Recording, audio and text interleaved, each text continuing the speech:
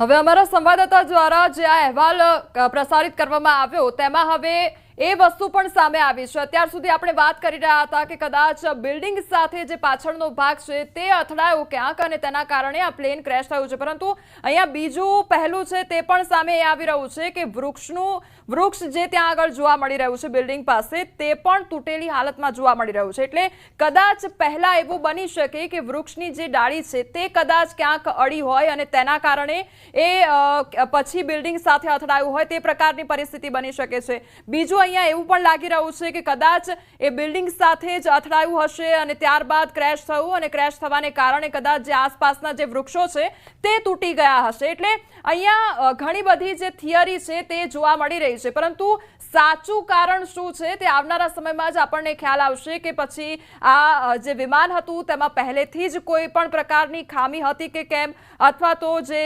વિમાન ચલાવવામાં આવી રહ્યું હતું તેમાં ક્યાંક ખામી હતી કે કેમ, તેને લઈને ઘણા સવાલો છે। હવે તમામ તસવીરો જોઈ લઈએ કે જ્યારે બપોરના સમયગાળા દરમિયાન જ્યારે પ્લેન ટેક ઓફ થાય છે અને ત્યારબાદ પ્લેન ક્રેશ થાય છે। પહેલી તસવીર કે જ્યાં પ્લેન ટેક ઓફ થાય છે અને ધીરે ધીરે આગળ તરફ જાય છે ત્યારે ધીરે ધીરે નીચે જતું જાય છે। જનરલી જ્યારે પ્લેન ટેક ઓફ થતું હોય છે ત્યારે તે ઉપરની તરફ જતું હોય છે, પરંતુ આ જે પ્લેન છે એ ધીરે ધીરે નીચેની તરફ આગળ વધે છે। બીજી તસવીર એ છે કે જ્યાં પ્લેનમાં આખો બ્લાસ્ટ થતો હોય તે પ્રકારના દ્રશ્યો સર્જાય છે, એટલે કે જ્યારે પ્લેન ક્રેશ થાય છે ત્યારે ધડાકો થાય છે અને બ્લાસ્ટ થઈ ગયો હોય તે પ્રકારના દ્રશ્યો સર્જાય છે। એ પણ એ જ જે કેમેરો હતો તેમાં એ આખો વિડીયો છે તે કેદ થયો છે।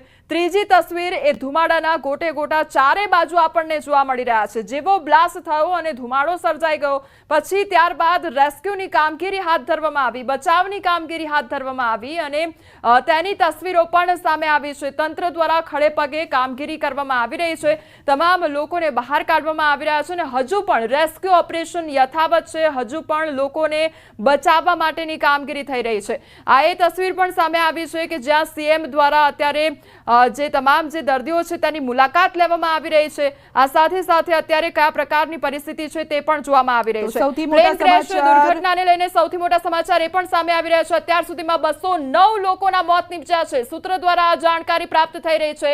પ્લેન ક્રેશ દુર્ઘટનામાં સૌથી મોટા સમાચાર, અત્યાર સુધીમાં 209 લોકોના મોત નીપજ્યા છે। આ દુઃખદ કહી શકાય। બિલકુલ, અત્યાર સુધીમાં 209 લોકોના દુઃખદ મોત થયા છે। સવારથી લગભગ 4-5 કલાકથી અમે આપને ન્યૂઝ બતાવી રહ્યા છે અને એમાં દુઃખ પણ વ્યક્ત કરી રહ્યા છે, પરિવારોને પણ દુઃખ છે અને એટલું દુઃખ અમને પણ છે, કારણ કે આવી દુર્ઘટના ન તો અમદાવાદે જોઈ છે ન તો ગુજરાતે આ પ્રકારની જોઈ છે અને તેમાં અત્યાર સુધીમાં 242 લોકો જે મુસાફરો સવાર હતા ક્રૂ મેમ્બર સાથે, આ સાથે હોસ્ટેલના કેટલાક રેસિડેન્ટ ડોક્ટર્સ હતા અને કેટલાક સ્થાનિકો ત્યાં અવરજવર કરતા હતા, કારણ કે રેસિડેન્શિયલ એરિયા આખો છે અને જેના કારણે એમના પણ આમાં મોત થયા છે। તો 210નો આંકડો અત્યાર સુધી સામે આવ્યો છે। એનો મતલબ એ છે કે જે વિડીયો આપે જોયો હતો, જે લાઈવ વિડીયો આપે જોયો હતો અને જે સતત અમે કહી પણ રહ્યા હતા કે આમાં બચવાની શક્યતાઓ બહુ જ ઓછી છે, તેમ છતાં પણ આપણે પ્રેયર કરી રહ્યા હતા કે બચી જાય, લોકો કદાચ એમાંથી બચી જાય, ઈજાગ્રસ્ત હોય,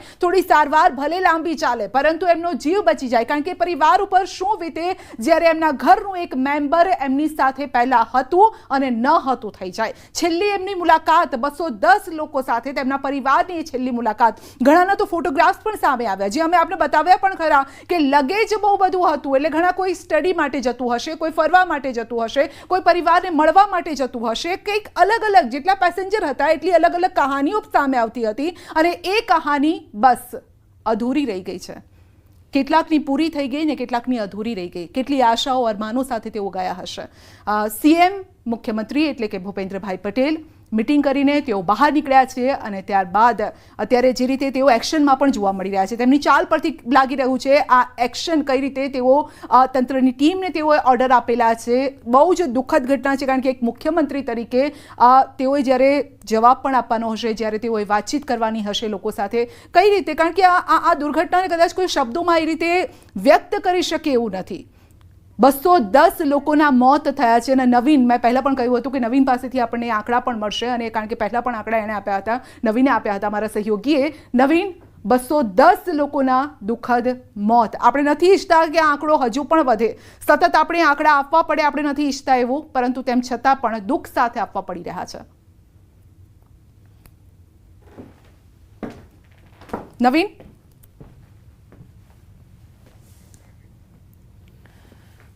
તો ફરી એકવાર આપણે સંપર્ક કરવાનો પ્રયાસ કરીશું, પરંતુ ખૂબ જ દુઃખદ ઘટના અને હવે આ આંકડો જે છે તે વધી રહ્યો છે.